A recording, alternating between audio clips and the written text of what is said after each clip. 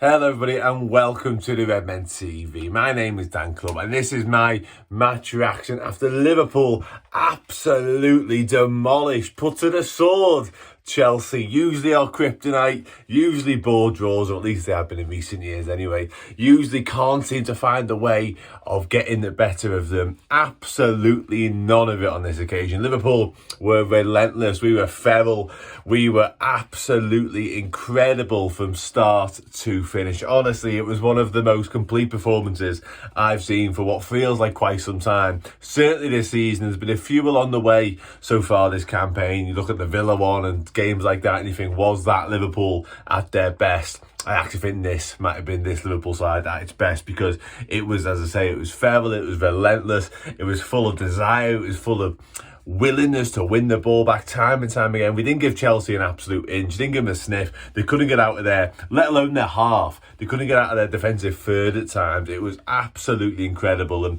it was epitomised by quite a few performances and quite a few players. Diogo Jota was just phenomenal. He really, really was. Alexis McAllister likewise. Diaz up top, all that running, all that energy, all that desire. He had the lot. He had all the quality to go with it as well, as you'd expect from someone as talented, someone as brilliant as Diaz. But there's one man, I say man, I use man quite loosely, the kid's 20. There was one youngster who just, honest to God, like, we've spent the past few weeks waxing Liverpool about Conor Bradley, but this topped the lot. This absolutely topped the lot. He was just phenomenal. Honestly, he was, and it wasn't just like, oh, you know what, he worked hard and he ran his socks off. He did all of that, but he did his defensive work like top drawer. He didn't give anyone around him an absolute sniff. There was times when he got one-on-one with his opposite number and you think, oh, okay, whether it be Sterling, Cole Palmer, and Nkunku when he came on, Mudryk at times, and you think,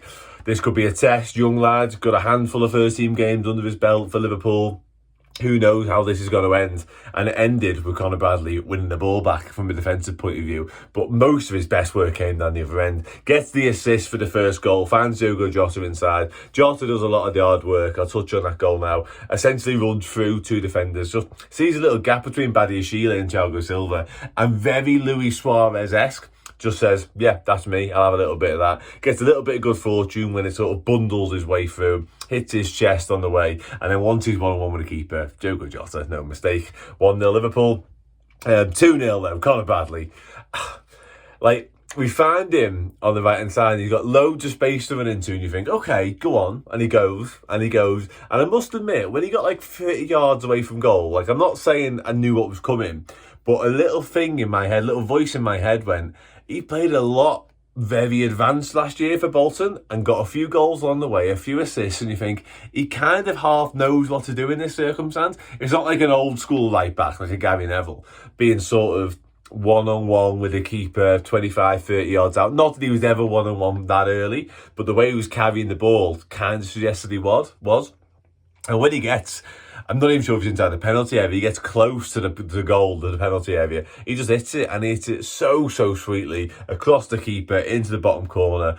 Boss finish. Incredible moment for him. Jurgen Klopp was absolutely over the moon. He was obviously over the moon himself. It was just, like I say, what a moment. First goal for Liverpool. Well deserved, because he had been at the heart of everything. Absolutely everything. From an attacking point of view, defensive point of view. Conor Bradley, I said it the other day, he was boss. He went above and beyond tonight. He was just the absolute pinnacle of what Liverpool could do. Honest to God, he really was. It was so good to watch. Yeah, Liverpool were dominant. Half-time came and went. Could have been more. Darwin Núñez missed from the penalty spot, hit the post actually, and that was kind of the story of Darwin Núñez's night. It was really good throughout.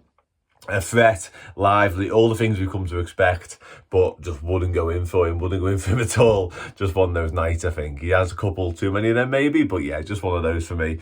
Second half, much in the same vein really. Liverpool on the front foot, not giving Chelsea an inch, winning the ball back loads. And it's another Conor Bradley moment that brings about the third goal. And it's an assist this time. Big long diagonal from Virgil van Dijk.